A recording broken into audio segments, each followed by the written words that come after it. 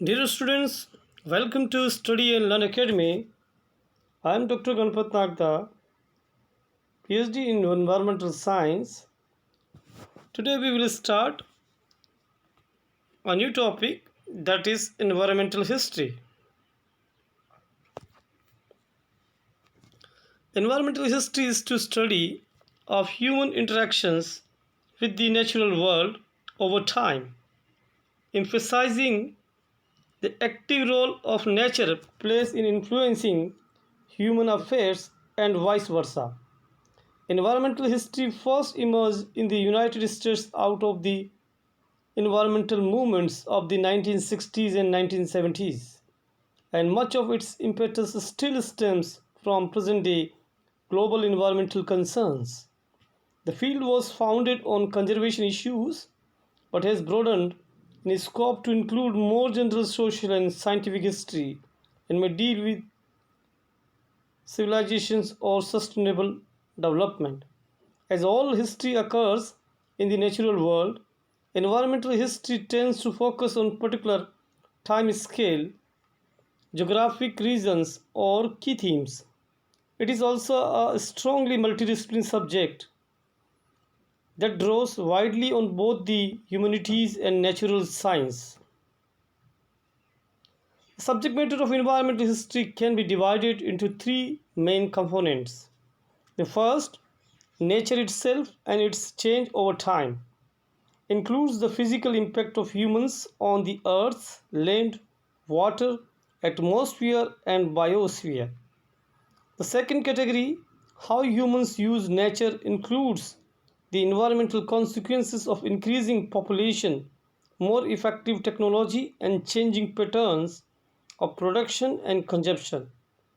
Other key themes are the transition from nomadic hunter gatherers communities to settled agriculture in the Neolithic Revolution, the effects of colonization and settlements, and the environmental and human consequences of the industrial and technological revolutions. Finally, environmental historians study how people think about nature, the way attitudes, beliefs, and values influence interaction with nature, especially in the form of myths, religions, and science. Origin of name and early works. In 1967, Roderick Nish published Wilderness and the American Mind, a work that has become a classical text of early environmental history. In an address to the Organization of American Historians in 1969, published in 1970, Nash used the expression environmental history, although 1972 is generally taken as the date when the term was first coined. The 1959 book by Samuel P. Hayes, Conservation and the Gospel of Efficiency, the Progressive Conservation Movement 1890 to 1920, while being a major contribution to American political history, is now also added as a founding document in the field of environmental history. Hayes is a professor emeritus of history at the University of Pittsburgh. Alfred W. Crosby's book, The Columbian Action 1972, is another key early work of environmental history. Historiography. Brief overview of the historiography of environmental history have been published by R. McNeill, Richard White, and J. Donald Hughes. In 2014, Oxford University Press published a volume of 25 essays in the Oxford Handbook of Environmental History. Definition. There is no universally accepted definition of environmental history. In general terms, it is a history that rises to explain why our environment is like it is and how humanity has influenced its current condition, as well as commenting on the problems and opportunity of tomorrow.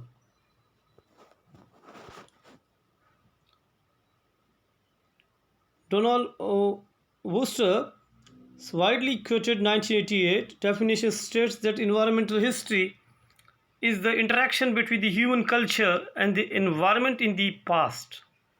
In 2001, J. Donald Hughes defined the subject as the study of human relationship through time with the natural communities of which they are a part in order to explain the processes of change that affect that relationship. And in 2006, as history that seeks understanding of human beings as they have lived, worked, and thought in relationship to the rest of the nature through the changes brought by time. As a method of environmental is the use of ecological analysis as a means of understanding human history, an account of changes in human societies as they relate to changes in the natural environment. Environmental historians are also interested in what people think about nature and how they have expressed those ideas in folk religions, popular culture, literature, and art. In 2003, J.R. Monil defined it as the history of the mutual relationship between humankind and the rest of the nature. Subject matter: traditional historian analysis has over time extended its range of study from the activities and influence of a few significant people to a much broader social, political, economic, and cultural analysis. Environmental history further broadens the subject matter of conventional history. In 1988, Donald Ruster stated that environmental history attempts to make history more inclusive in its narratives by examining the role and place of nature in human life. And in 1993, that environmental history explores the way in which the biophysical world has influenced the course of human history and the ways in which people have thought about and tried to transform their surroundings. The interdependency of human and environmental factors in the creation of landscapes is expressed through the notion of the cultural landscape.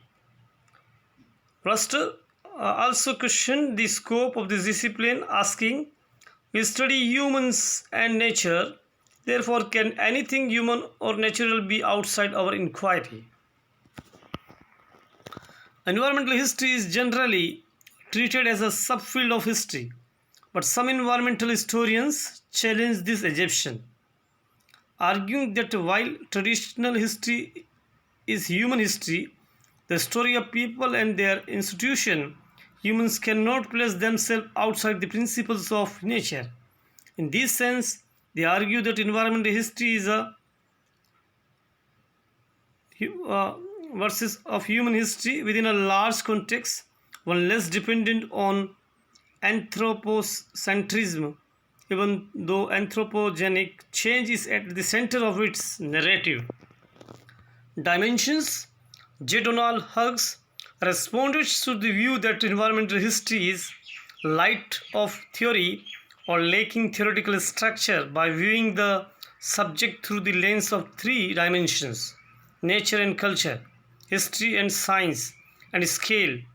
This advances beyond Ruster's recognition of three broad clusters of issues to be addressed by environmental historians, although both historians recognize that the emphasis of their categories might vary according to their particular study.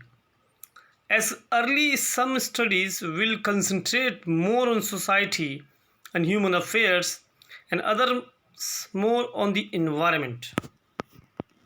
Themes: several themes are used to express these historical dimensions. A more traditional historical approach is to analyze the transformation of the globe's ecology through themes like the separation of man from nature during the Neolithic Revolution, imperialism and colonial expansion, exploration, agricultural change, the effects of the industrial and technological revolution, and urban expansion. More environmental topics include human impact through influences on forestry, fire, climate change, sustainability, and so on. According to the Paul Varde, the increasingly sophisticated history of colonization and migration can take on an environmental aspect, tracing the pathways of ideas and species around the globe, and indeed is bringing about an increased use of such analogies and colonial interrelationship processes within European history. Of the colonial enterprise in Africa, the Caribbean and Indian Ocean has been detailed by Richard Crowe. Much of the literature consists of case studies targeted at the global, national, and local levels. Scale.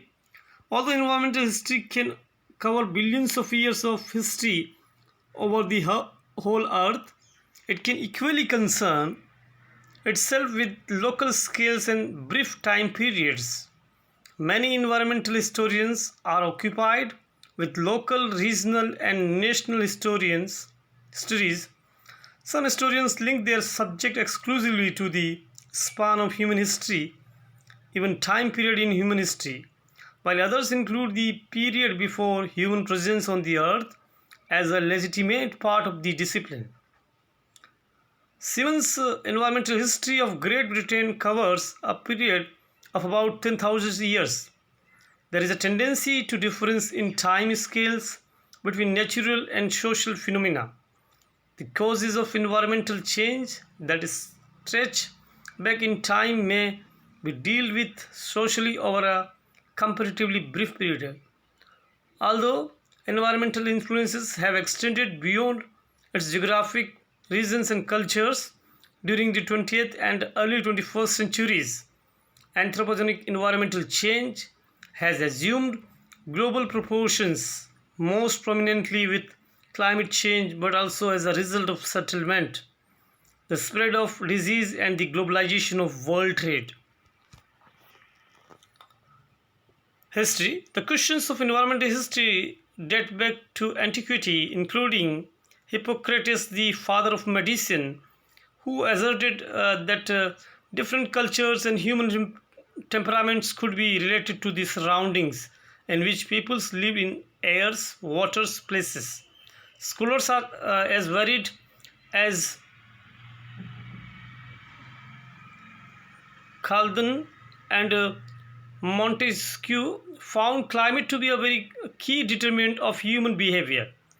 During the Enlightenment, there was a rising awareness of the environment, and science addressed themes of sustainability via natural history and medicines. However, the origins of the subject in its present form are generally traced to the 20th century.